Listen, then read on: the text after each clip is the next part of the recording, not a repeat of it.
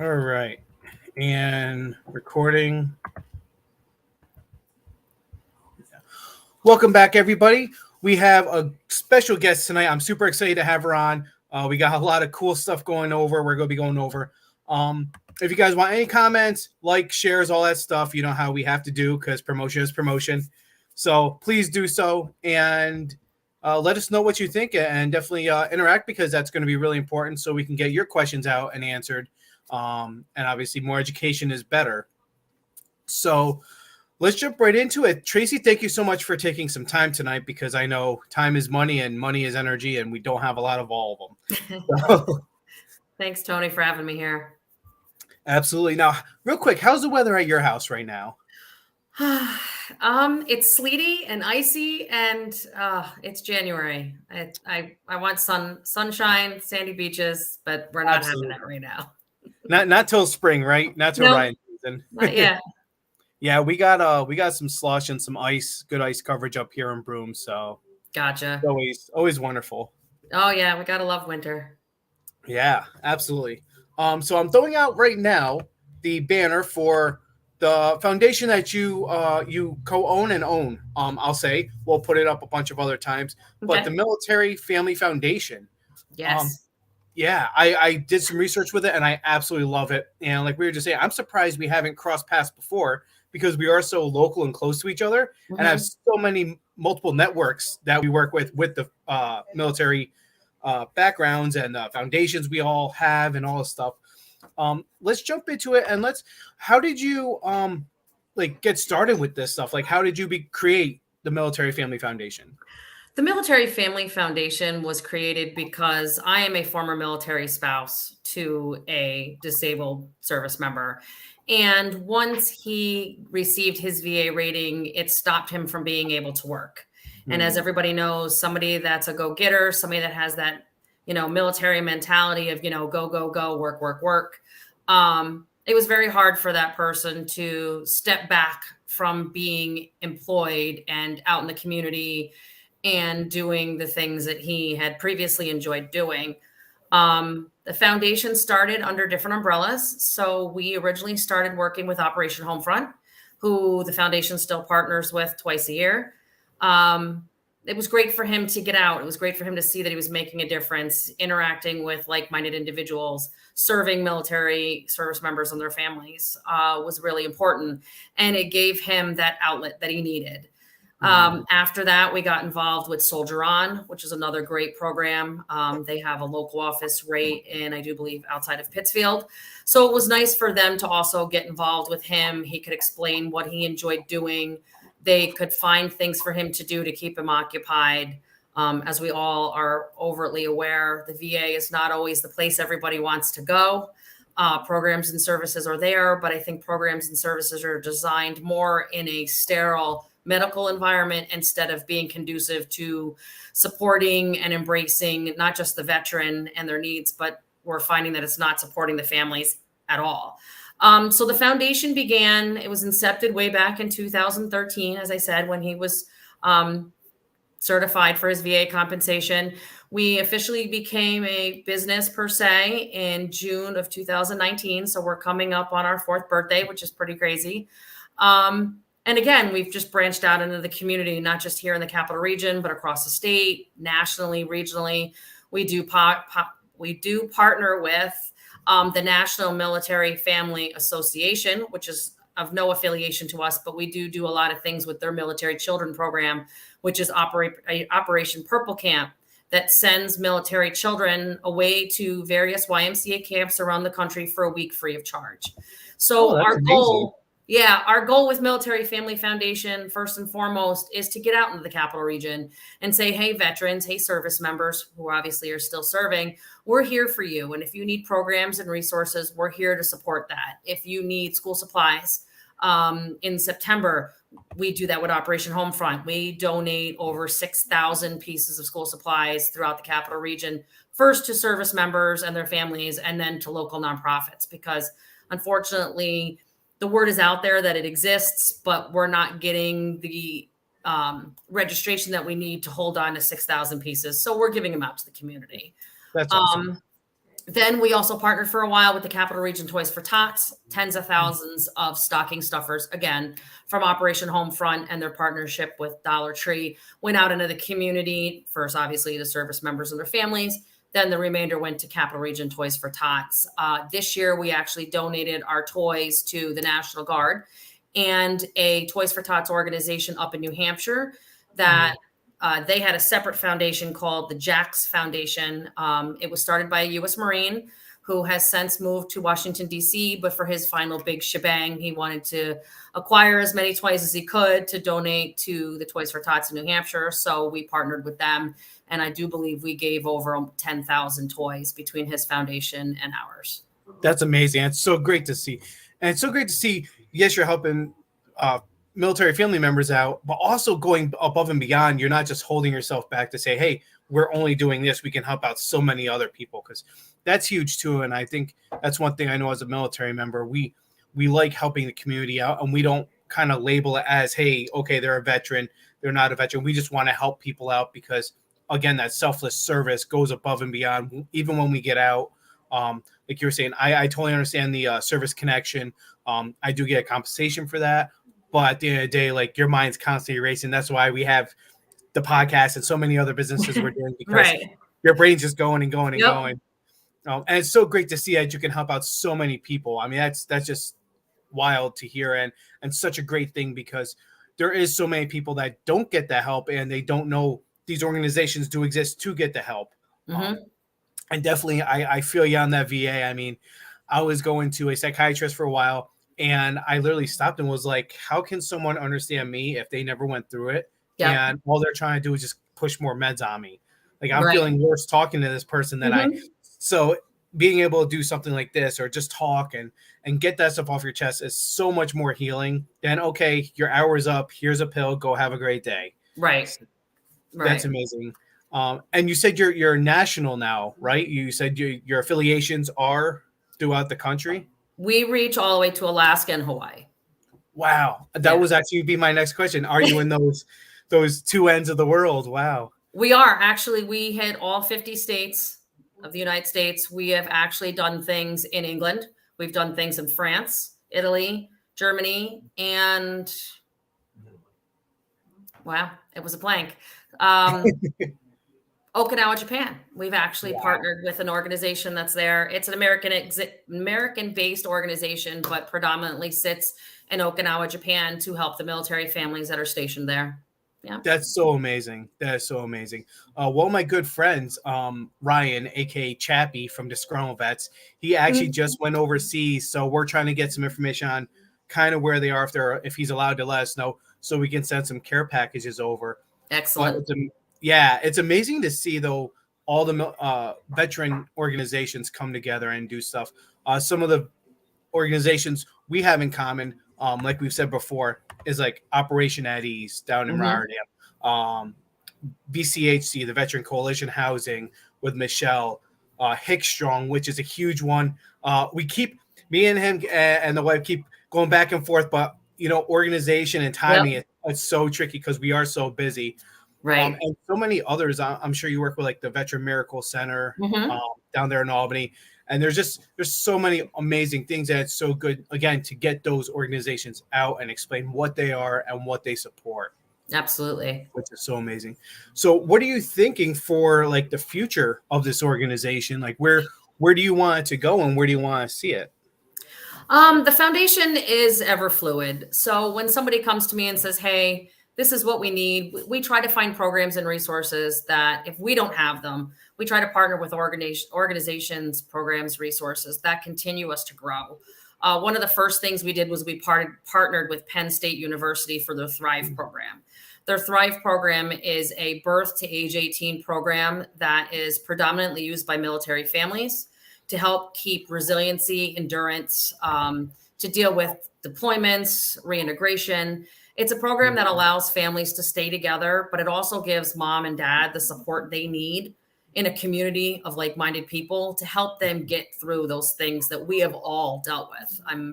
I was a military spouse for 16 and a half years. He was deployed overseas probably 3 out of the 4 years that we were married, not counting, local deployments to this location, that location. So I know as a young wife what it was like to be on a military base in 29 Palms, California, so 3,000 plus miles away, and it's just me. It's just me in the circus that we call the United States military, Yeah.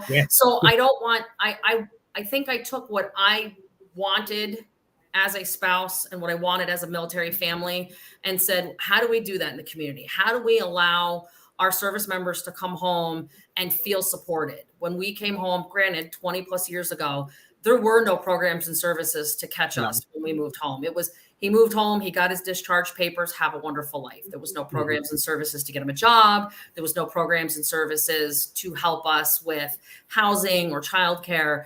And those are the things that we stumbled on. So the foundation is paramount to make sure that those stumbling blocks don't hit our veterans. And that's why we are actively involved with over 25 organizations in the capital region. That's why we are involved with Operation at Ease, and we're involved in VCHC's programs, because I want somebody to contact my office and say, I need, and I can turn around and warrant hand off and say, I got you. We're going to give you to Michelle. We're going to give you to Jolie. We're going to give you to somebody. We're going to make sure that the programs and services that you're asking me for right now exist right now.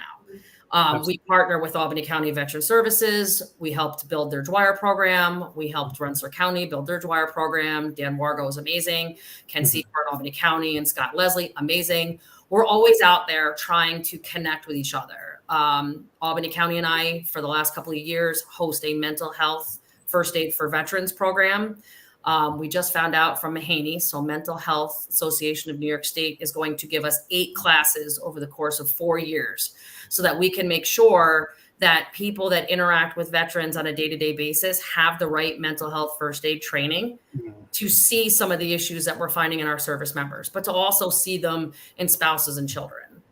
Absolutely. And that's, you touch on so many great gems there. And I just want to rehash some of those because it's first, like being, having your spouse deployed and being the only one there. That alone, people don't realize how tough it is. I mean, you have like base friends, but at the end of the day, I've seen they really don't give a shit about you, and you're by yourself. Plain and simple, you are by yourself, and you're like, no one's. Well, there is those few Jodies, but no one's in bed with you, next to you, comforting you. You know what I mean? Right. And that's why that stuff happens so often. Is it's because it's not, I want to cheat or anything. It's because I don't have that comfortability. I don't have that that secure reassurance. And it's so tough for the spouses and the kids because now mommy or daddy's now home for, a year, or we're supposed to be deployed for 6 months. Oh, got a letter back home. Oh, it's now going to be 9 months. Oh, we're getting a great dinner, which means another 3 months. And they don't give you a time. So it's very unassuring. And of course, having that constant fear of, are they not coming home? I mean, you can have safe deployments or, it's like going to any job. You can get hurt that day and not come back home. And then you add that risk of military on top of it in a somewhat hostile country. And like Germany, France, Italy, those are all nice places that pretty much enjoy our military presence. But at the end of the day, there's still ones there that are still back in the day of World War II that don't want us there. So you never really know when you're not going to come home. My unit, when I first got there, they had just come back from Germany, and they spent most of their time in Bulgaria. Their paperwork said Germany, but they really weren't there. So it's that scary kind of uneasy feeling. I'm so glad you have those networks to help the spouses and stuff. And then to the next level, when you get out, I was fortunate and I got out 2020. So they had what they call SFL TAP, which was so cute.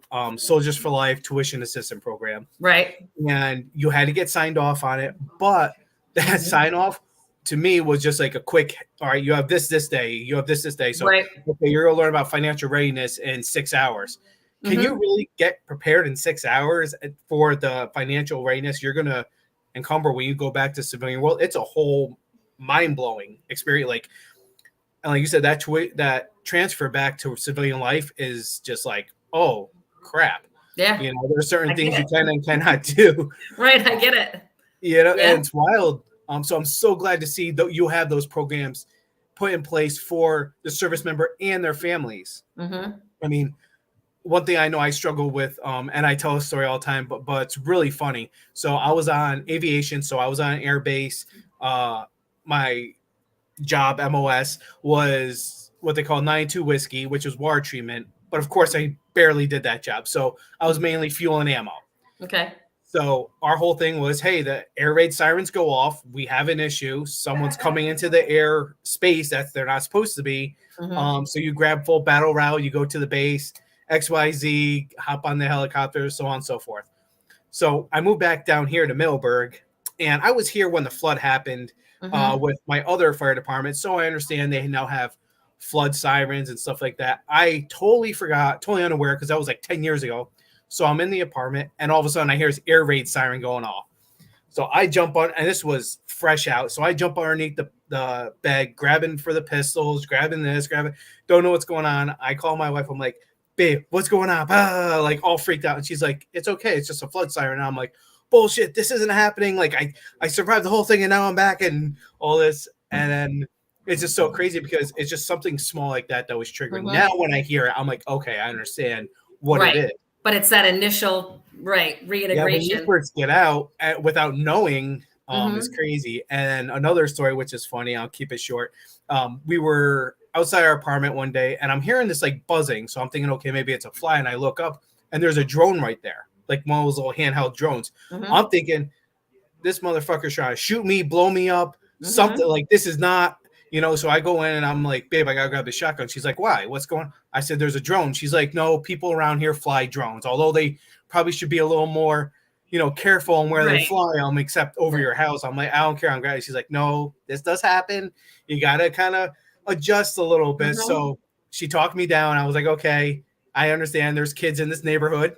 They're gonna have drones. They're gonna have toys. It's not, Al Qaeda trying to come after me or some other form of terrorism. But it's just so, like, again, that transition from going military life to civilian life is just totally different. To this day, I still will not walk on grass. I have to walk all the way around on the sidewalk and just weird stuff. The wife's pushing me for it. She's trying. She's working with me. But that transition, it's really it's really wild how it messes with your head. And then having, the mental health side of it on top of that, adding to it, Lego blocking, so to speak, building it up, just makes it that much more difficult. I agree. I'm again so glad you have an organization like this that can help people get out, and like when they get out, they have those resources they can connect to across the world. That is so huge, because a lot of people really do like staying in Germany. Like Germany's a beautiful country, and they love staying there. So they may not be coming back home where they can reach networks, U.S. networks here. So Germany is good to have those networks to be like, hey, I know someone that can get you the help out there. Or Okinawa. I know a lot of Air Force vets, 3 or 4 off the top of my head, who moved there for the rest of their life. Like that's their culture now. And it's amazing and beautiful to see us humans traveling the world and actually enjoying other people's cultures, because we're so used to just our little own small towns and our own little New York or Pennsylvania, wherever you're from. And so it's awesome to see that you have those networks. Again, that's so huge and so detrimental to the health and safety, not only for the veteran, but their spouses and their families. Because the kids and the wives and husbands, the spouses are going through that as well. And we kind of wayside it. We forget about it. We're like, oh, well, they served. Well, I'm not saying the spouses don't have a rank, so to speak, but they still served in some form or fashion. And so did the kids, all that conditioning. One thing I push.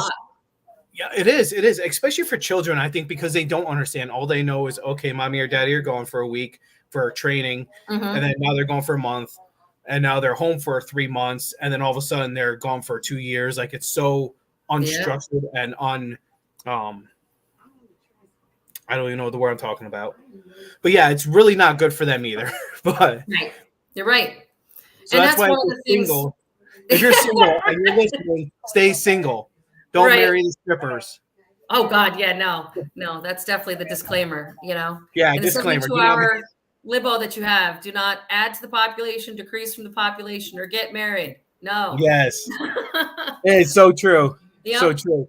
But that's part of why the foundation is here. It has multiple parts. It's the education part, obviously, just educating not only the community, but educating, our service members, our veterans, our retirees of what's, programs and services are here.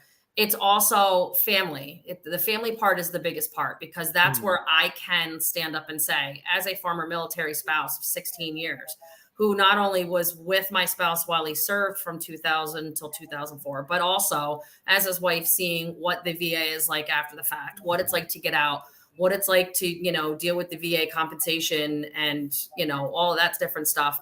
It's watching my children grow. My eldest was 6 months old when my ex-husband went to Iraq. Yep. He was almost a year old when he came back. So I know what that's like. And I know that big change, and it sounds insignificant, but he was 2 when we moved home. We came home in 2004, but he's been to 8 different schools before he got to high school. And that's long since passed. He graduated in 2000, but it's watching him struggle with the things that, the life that we lived, the way that his father acted because he was a former service member, because he was in the Marine Corps, the way that we lived our life, the way that we moved around, the way that, things just happened the way they happened. And then we have another child who will be 12 in March, and she's been at the same school her entire life. And it's night and day. Granted, a boy and a girl, but it's night and day seeing the programs and services she gets, the relationship she's been able to build, and then how opposite it was for the elder child. And it is a struggle. And I remind school districts every day that military children are still children, but they're different children. They deal with a different world, and the school district needs to be consciously aware. So I've sat down with multiple school districts and been like, you need to find out if you have military children in your school district. You need to formulate programs and services for them. Even if it's, like banana splits, like we all kind of remember banana splits for divorced parents. Like, you have military kids here, and these military kids need a different type of support. If you want to see success, you need to support them. And it's not just academically, it's socially, it's emotionally, it's psychologically. And that's one of the big pushes that I'm involved in right now, all the way to the federal government level, is the VA and the military needs to understand that there are military spouses and children that go with these disabled and injured, wounded veterans and service members. And if you're not going to afford programs and services for the service members, their families, like their spouses and their children, you're going to continue this vicious cycle of unsuccessful treatment, because you can't just treat one part of a family unit. You have to treat them all. And more every single day, we're reaching out to these local VA hospitals, these local little, different sub. They have these like little community like facilities. Instead of just going to the VA, you're able to go to a community-based VA and saying to them, mental health and wellness is paramount for these military families. We have to find a way to support them. And right now it's a brick wall. And down the road, we're hoping to be able to get into the VA, and we're hoping to be able to change the way they look at military families. Because when my spouse got VA compensation in 2013, we lost our health insurance. Yep. He got health insurance. We've gotten nothing. And it's like, well, now you had something, and now all of a sudden it's gone. Right. We went from having something to having absolutely nothing. And the VA was like, it's not our issue, because he wasn't permanent and total yet. But permanent total took him 10 years. Yep. So yes, my children could get on CHAMP VA.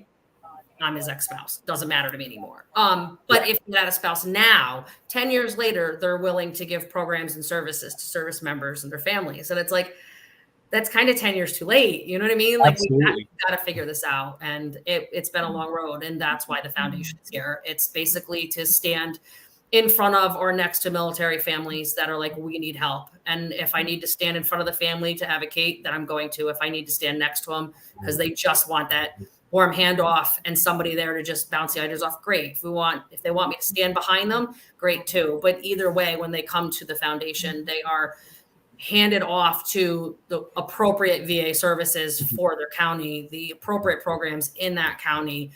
And if the county can't help, it's what's regional, what's national. We partner with the Red Cross. We partner with, there's just so many organizations that we will pick up a phone call and say, I have a veteran or I have a military spouse and they need this right now. So where are we going? And that's how I met Jolie and Mike from Hickstrong, because of the program and service that they put into the community.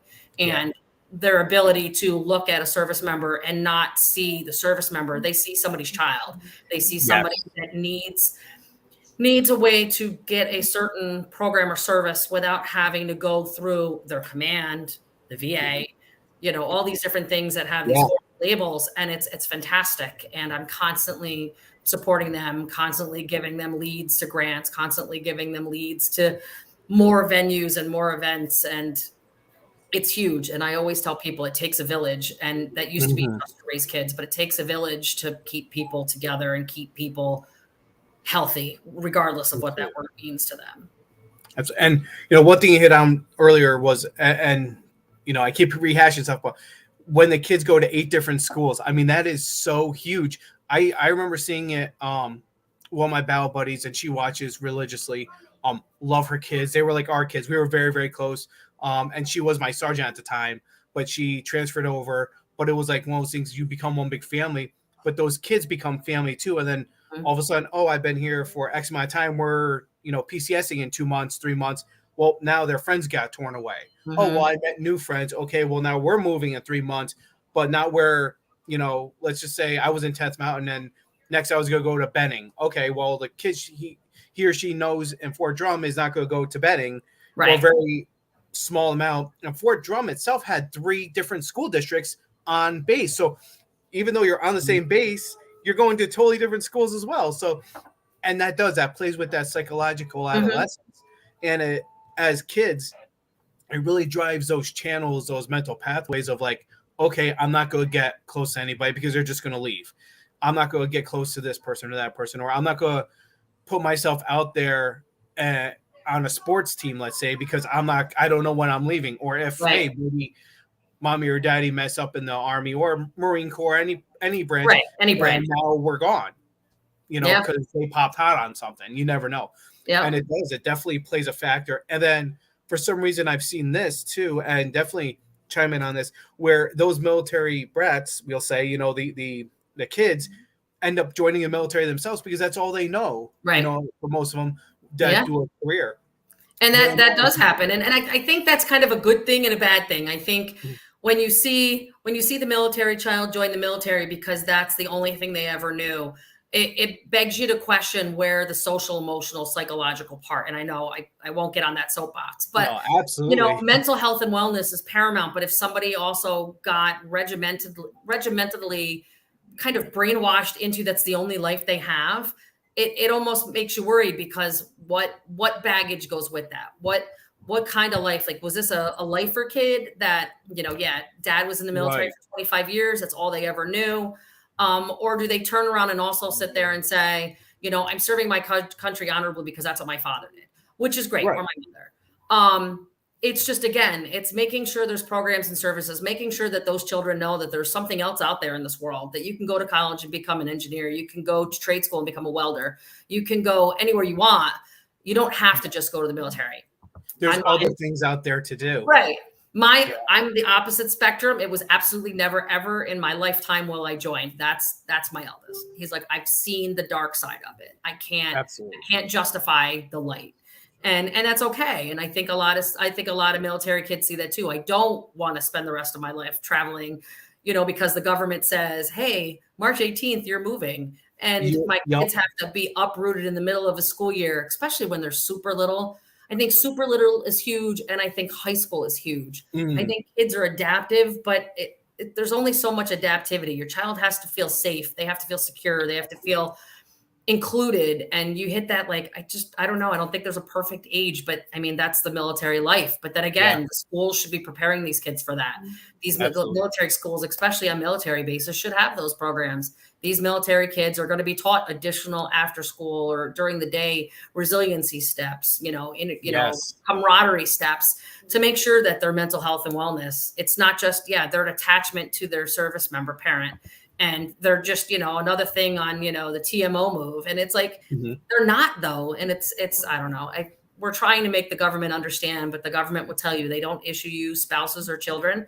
So we can't ask them to reinvent the wheel, but we can ask the schools to take in consideration the children that they have. If they're willing to look at ELA, or ELS kids, English as a second language kids, and make them feel different.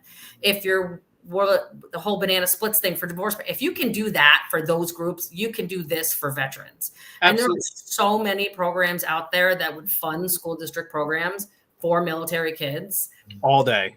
that it's like it wouldn't even have to come out of your budget. We could contact the General's Children. It's a website. They give money to programs and services for military children. Like they're out there. Ask us. Ask me. I will help you find that money. You need $5,000 to run a program? Great. I'll run your program.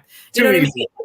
Yeah, absolutely. I'll go there every day after school and run your program. Just, give me the ability to run your program and I will run it. And if I'm not there, believe me, somebody else will be there. There's so many veterans out there that would love that opportunity to go into a school and talk to kids about being kids and having fun. And oh my gosh, I'm a bunch of my friends right now that act like 7-year-olds as it is that are just military. They're the grunts. They're the 0311s and the 19As and all of those. And they would love that. Put some Marines, put some service members into schools. You'll see. And it's funny you say that. Real quick, just to throw it out there. For some reason, my comments are not showing up on my side, but I saw a bunch of comments my wife just showed me. I tried getting on my phone. I couldn't see it. But Richard Kaufman, Vertical Momentum Podcast. Thank you very much, brother, for chiming in. Joel, of course. Hickstrong, we talk about you because we love you, because we are all about your foundation. It is so huge. And I'm so glad you're chiming in. Your mom and Sue Edwards. So our friend Sue Edwards chimed in. Thank you, Sue. We love you, honey. You have done wonderful work yourself. Thank you so much. We'll get you in. And of course, my mom, which is always so great to see. Hi, Tony's mom. Our endeavors. Thank you. Thank you, Mom and Dad. Love you guys. And for their support for dealing with my ass, because I'm crazier than a, fruit nut bar in a squirrel's mouth. I'm wild. So thank you for dealing with me. Well, and I have to say, Tony, because you said that's another big thing that the foundation looks at. We are a military organization that welcomes service members from the moment they sign their papers to enlist till the day they retire and beyond. So Military Family Foundation includes military service members' siblings, military service members' mom, dad, stepmom, stepdad, step siblings, cousins. We don't discriminate. If you call us and say, my son is at Fort Bragg and I'm concerned, we worry about it. It doesn't have to come from your wife. It doesn't have to come from your kids. We're not secular in that it's only the service member and his family. His family is his family. It's every single person that touches his life. So I think that's great. If your mom had called and said, Tony's at Fort Bragg and I need to get a letter to him, or I need to notify him of something, we could get him involved in, the Navy Marine Corps Relief Society. They tend to do emergency things. I've dealt with that personally. I had to get a hold of my ex in Okinawa to tell him I was flying home because my grandfather had passed. There are programs and services that will get that to them. Illnesses, just major things. Like there's so many programs and services. I never want anybody, someone's mom, someone's cousin. You want to be part of the world that is the military world, then you are. Like that's family is family. It's plural. It's not absolutely. It's not singular, and that's awesome. Yeah, that's huge. That's so great to know that. Because there are a lot of organizations I've seen, especially again transitioning out of that 2-week transition that was just a complete mind overload. Was like, okay, only your spouse or only your kids, or so it was very kind of tight knit. Like, no, that person can't do it. So it's so great to see your military foundation really expand to everybody in the family, because it does affect everybody. And I don't want to go down a dark road, but for instance, like suicide just doesn't affect the spouse or the kids or whoever. Everybody. It goes for the whole entire community. I know myself, I volunteer doing firefighting, and we do also do EMS. So I know if one of my brothers or sisters at the firehouse had something going on, it would affect me. And so it's like, I want to make sure they're okay. So there's that bigger family, that community family we talk about. And a lot of the kids, I say kids and a lot because most of them are younger than me in the military now. They joined at 18, 19 years old, and they were on sports teams. They were doing other type things in their community prior to the service. Usually there is exceptions, right? But to have their friends be able to be like, hey, this is going on. I don't know where they are, or something's going on. They wrote me a weird Facebook message and sounds a little strange. So it's so awesome to see that you can reach out even on that level, because there's not too many that I know that can really do that. I mean, emergency Red Cross, but that's like a very, again, kind of, if you're not, mother, father, spouse, or child, I think it's kind of limited to who can actually go out and do that. But it's so amazing to see all of this. and the lives you've touched. I mean, which is huge. Is there any like big story you can think of like, because I have a couple in my head for triggered of like, aha, this is why I'm doing this. Do you have like that big story where you're just like, yup, I know I'm in the right place because I helped this person and it directly affected me to a level that that story is your motivation now. I think it's everything. I think it's coming in contact with the programs and services that we partner with, that I just have those moments where it's like, yes, this is why. This is why I wake up every day, and this is why I do what I do. My background is legal first, but I just started clinical mental health counseling for my second master's, and it's because of Hickstrong.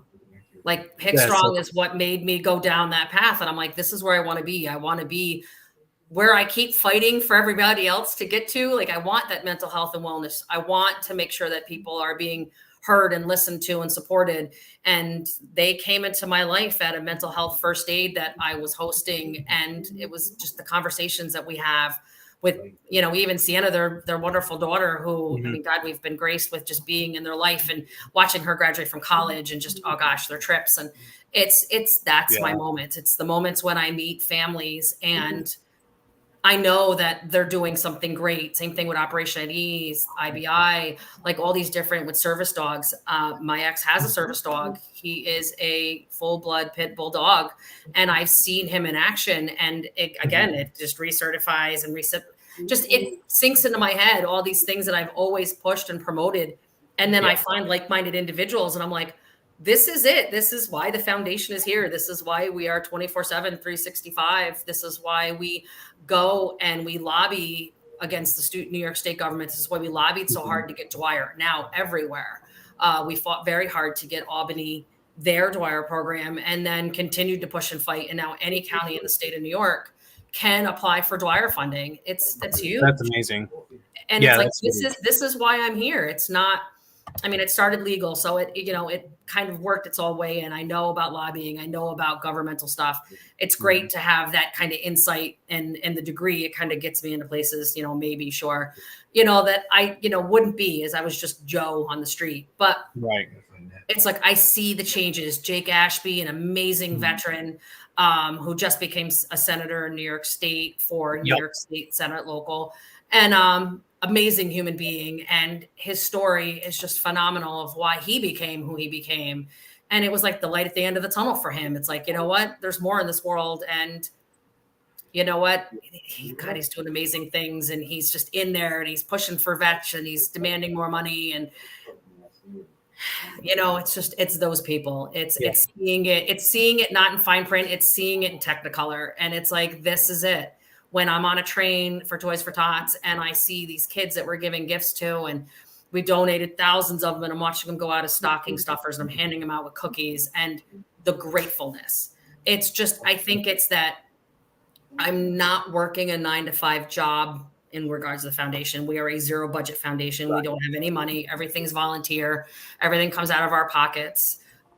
It's seeing those moments. It's watching someone at peace. It's watching somebody be grateful, and it's watching somebody continue to grow and move. And I'll never take a dime for any of that, because to me, a dollar's a dollar. Watching somebody have that fulfilled sensation, I finally found my people, I finally found my tribe, somebody understands me, I'm getting a service dog through this organization, I'm getting the mental health treatment from this organization, I have housing and, just life skill support from another organization, and every single one of us would quit our day jobs to do this 100% for nothing because of it. And those are the people I enjoy being around, and those are the people that make a difference. That's awesome. And I always say, and I always try to add value. I say add value to someone's life, and eventually monetarily stuff's going to happen. It's going to happen. But if you can change or help one person out, for me, one person a day, I'm good with, whether it's just holding a door, at stores or something, but adding value like you are has such a bigger ripple effect. And like you said, it's not about the money. And I think that's what it really comes down to, is we're so quick to chase a buck. And yes, we have to pay our bills. We have to have some kind of income. Otherwise, we'll just be broken. We can't help anybody. But being able to add that kind of value to people's lives is so important. I know, again, like Rich Kaufman up here, doing what he does has been amazing. His stories to help people out. Hick Strong. I mean, I remember talking with them. The first time I met them was down at an Operation at Ease motorcycle run, the PTS run. I think it was 2 years ago, if I remember correctly. I remember just sitting with them and talking with them. And my booth was up for a Triggered podcast, and the wife was kind of manning it for me, and she kind of gave me the eyes, like, I know you talk a lot, but can you come back over here? And after I explained the story, she's like, "Hey, can I go over there and talk to him?" And he, I want to say, is it Michael? I'm sorry, Mike. Mike and Jolie. Yeah. Okay. So Mike came over to me and started talking some more. And I was like, babe, we got to get connected with these guys. They're on the same mission statement. We all have the same kind of mission statement in some form or variation to help vets and others out. And it's just so great to see the world does have good people who actually care about other people. Yep. And to be able to have that kind of connection, like you said, and be able to help out. Hey, I know someone that needs a service dog. I know someone who needs some more mental health, and it's so great to be able to say, "Yep, I got them." And that was one thing Triggered. We really pushed right in the beginning for was being able to have those networks where if a vet comes up to us or contacts us, it isn't okay. Well, let me just figure it out. It's, hey, I know someone that can help you, or if I can't help you myself, I know someone that can. Especially if it's a mental health and stuff like that, because I'm not one to give out advice for mental health because, I got my PNT and I'm good. And a lot of advice I give is that military advice. So it's probably not the best to say, but it's just amazing. Amazing. Last question I'll ask before we sign off is I found different ways and forms to deal with my own mental health. And one of them, as weird as it is, I'm a big bearded guy. I do a lot of side gigs. Motorcycle riding, the whole nine. Always good. Motorcycles have really helped me a lot, even beforehand. But is playing with Legos, like building stuff out of Legos. Have you heard that from any of your vets or even their families? I've heard a lot of hands-on things, whether it's model cars, it's coloring. I've not heard Legos. We try to keep crayons away from Marines. Just kidding. Well, understandable. I think the best thing is to find something that allows your brain to think. And my ex loved riding his motorcycle. He still does, but it's wind therapy. You have to be focused on the roads. You have to be consciously there. You can't let your mind wander. And I think that's why wind therapy helps him so much is he's out there and he's, it's enjoying the air and it's just you and the bike and it's you in the open road and you can go wherever you want to go, but you have to be focused. Yeah.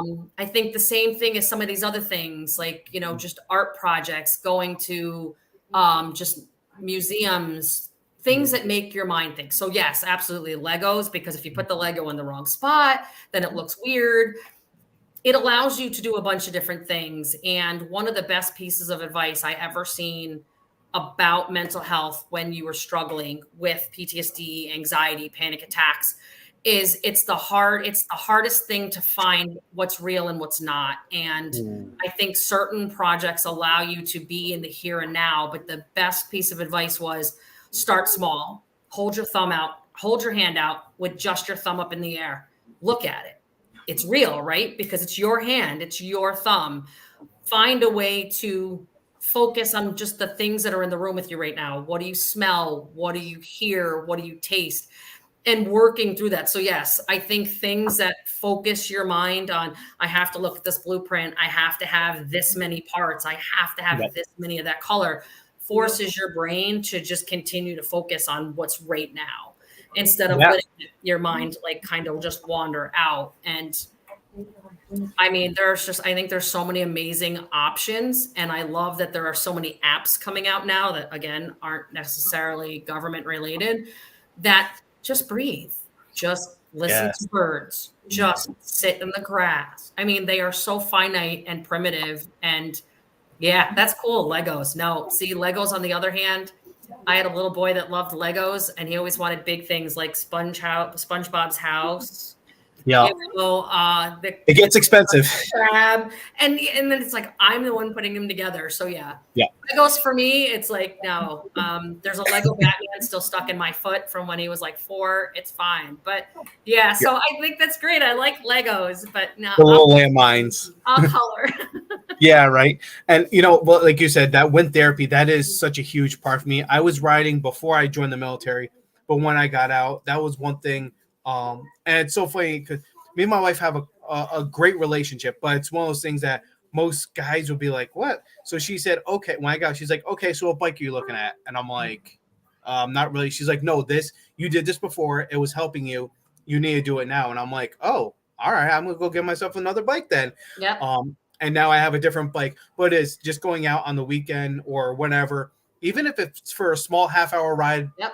For me, around the block is literally like 30 miles, but because I'm on the backside of Broome on Stone Store, so Okay, going I know through, exactly where you are. yeah, Okay. going down 145 to 30 up Hmm. to Break a Bean and coming back down. Yep. Even that little bit is really, really helpful on the smaller rides. But being part of the American Legion and the Legion Riders 977 has been a Yep. huge, huge help because I have brothers and sisters there that it's like, hey, we're coming through because we just want to go for a ride. Are you down? Yep, let's go.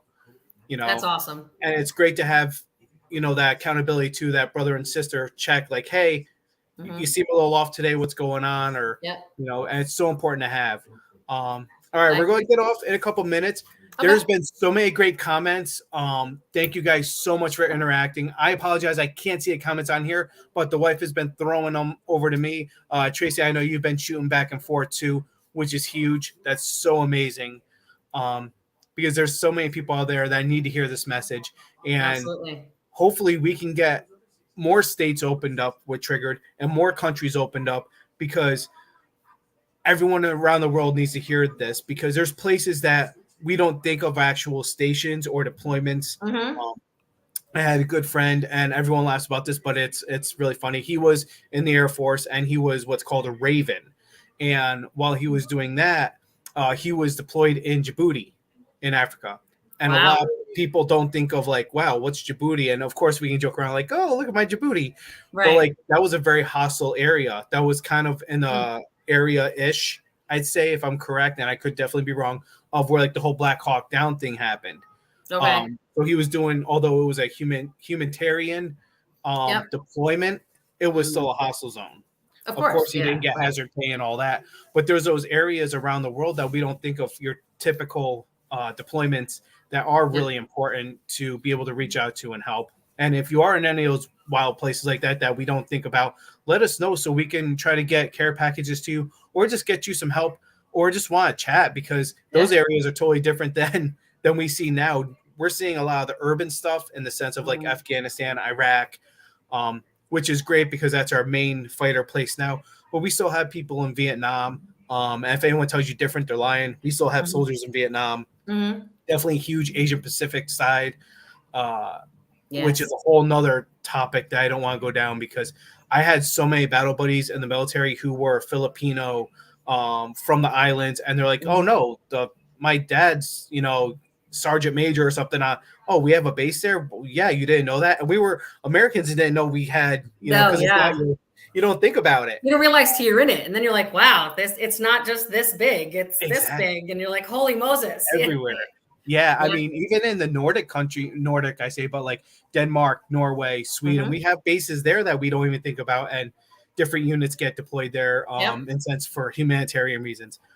Yeah. But yeah, Tracy, thank you so much for jumping on. Once again, if you guys Absolutely. want to hit her up, this is the foundation that she is, and huge, huge shout outs to you, because your hands are full. Your the people you work with, their hands are full, because there's so much work out there. If you guys want to volunteer and help out with this is where you can go. Tracy, is there anything else you want to say before we head off? No, just thank you so much for the opportunity because, like I say, it takes a village. And the more of us that link together, we're a big giant puzzle. And at the end of the day, there's going to be this amazing picture, and it's the American flag and it's military families. And that's it. Like, there's just right now, I mean, in my mind, that's where we are. That's who we are. We came from it. We understand it. And the more we can get those of us who have served, whether we were service members or we were spouses or children, the more we can get a unit together to say, we've been there. We want to help. We know that's what these people need to hear instead of, yeah, not a clue and good luck. So one of these days we're going to get that huge puzzle together, and it could be 10,000 pieces, and it's going to be the American flag and a military family on it, and that's going to be it. And then we're going to be like, wow, we're all connected, everything's working great, we have supports, programs, and services, nobody goes without. Gosh, at some point we'll eliminate homeless veterans as well. I mean, gosh, we're way up there, but that's what we want. Just keep pushing, keep grinding, keep getting out there. The squeaky wheel gets the oil, and we're just all squeaking away. So yeah. Amazing. Tracy, again, thank you so much. Again, if anyone wants to, hit her up on that site there. Huge. I mean, it's so great to hear all these great stories and the people you're networking with again, because it is that bigger picture, that American flag with the families on it. And that's amazing. We want to try to help everyone we can. Obviously, some people do fall through the cracks. When more people are aware of it, more people can get more help. Absolutely. So, again, thank you very much. And as we say here at Triggered, stay triggered.